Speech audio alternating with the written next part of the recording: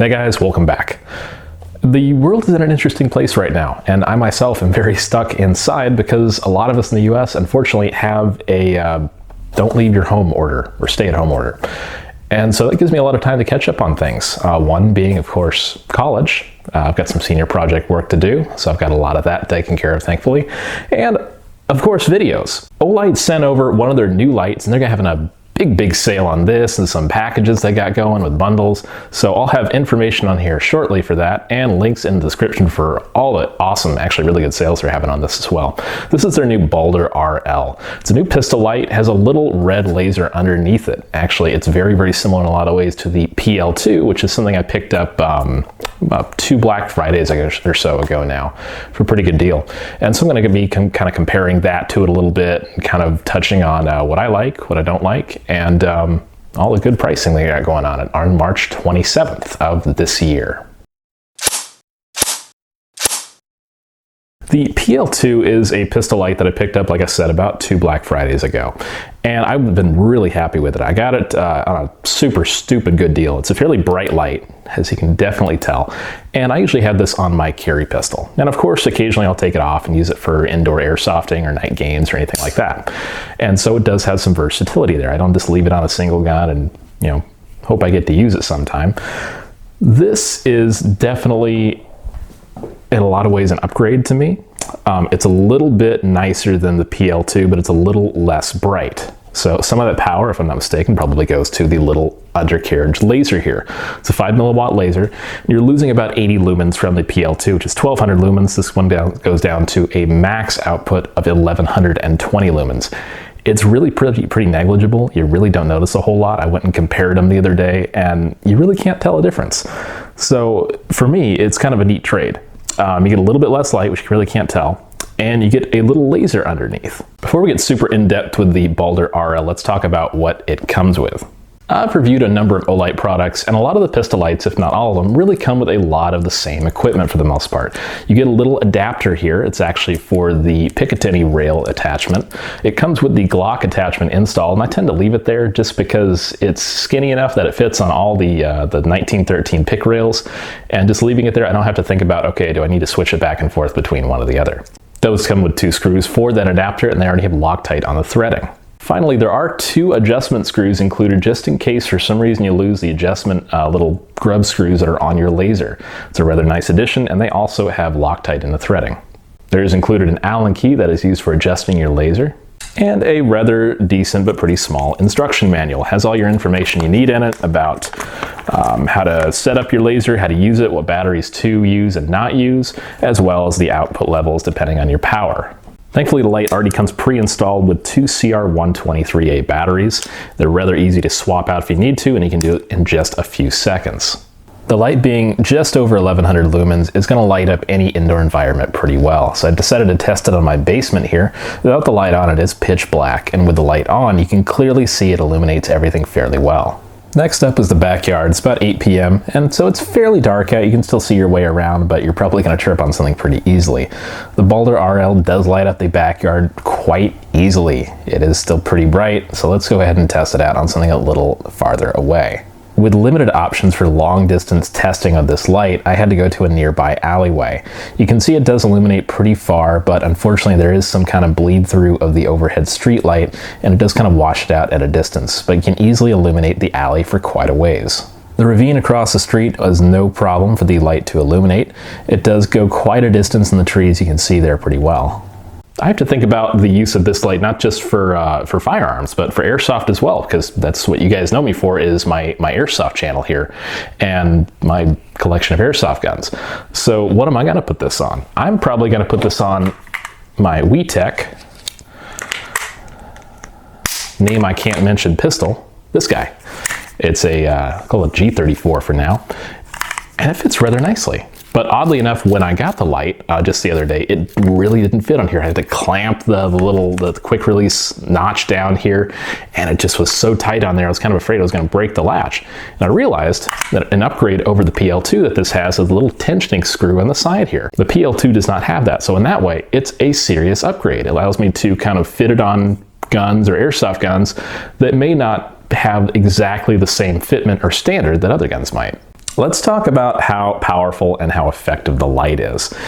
At a brand new battery level, it's supposed to be a maximum output of 1120 lumens with a 240 meter throw at the very best. That's kind of at the very edge limit of what the light can do. Because the light does have a laser on it, you can switch between just having the laser on, just the light on, or having both on at the same time. You may get some kind of mixed results with having the laser on at the same time as the light. The laser is a 5 milliwatt laser. It is not the brightest in the world, but it definitely is quite visible at night. Just having the laser on alone is going to get you 75 hours on a brand new battery, so over 3 days of laser battery life continuously on. With the laser off, the light itself is going to last about 1 minute at that 1120 lumen level. After that, it's going to step down to about 45% of that for 125 minutes, give or take, depending on your battery life. That's at the high setting. When it's on the low setting, depending on the battery, it is going to step down to only about 300 lumens, and it'll last about 4 hours. The laser on is only going to subtract anywhere from about 5 to 15 minutes away from that battery life. So the laser, thankfully itself, does not take up a whole lot of power from the battery.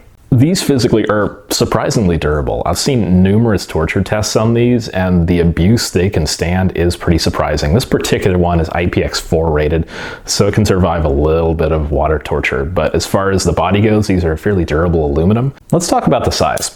To be completely fair, this is probably the largest light I would want on any pistol, whether it be an airsoft gun, a carry firearm, doesn't matter. It's a fairly large light, and especially this little drop-down laser here does really give it a lot of kind of extra size, despite the fact that the laser is still pretty small. My PL2, which is this light here, is roughly the same size, like I said, except it does not have the little laser hanging under the belly of it. This is a fairly large light, I feel like, as it is, at least for modern day lights. And the size of it is already pretty big. The Baldr RL kind of is right on that line of what I'd want for size, no matter what.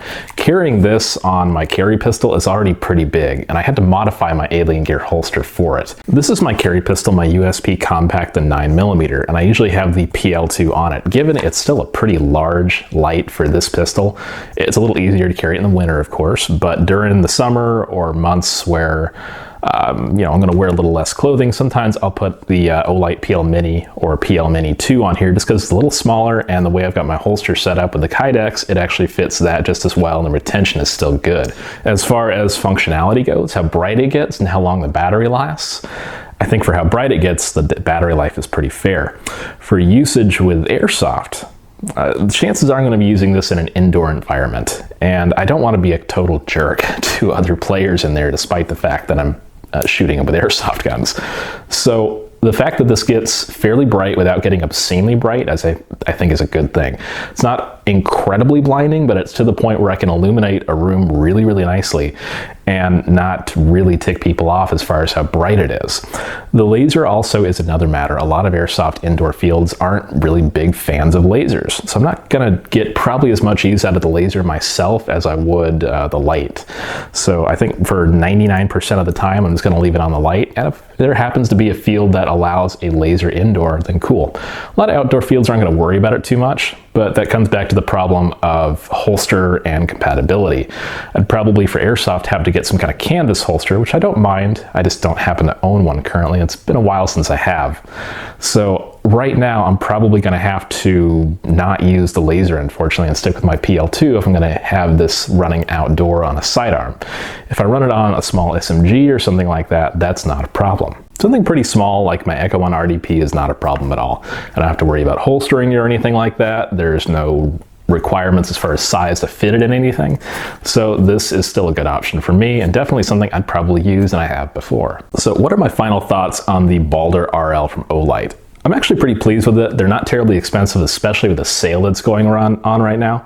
I'm going to give this a solid 8 out of 10. I do like the PL2 a little bit better as far as the size of it, and a little bit more output. I'm not sure how much use I'll get out of the laser. Thankfully, if I don't get any use out of it, my cats definitely will.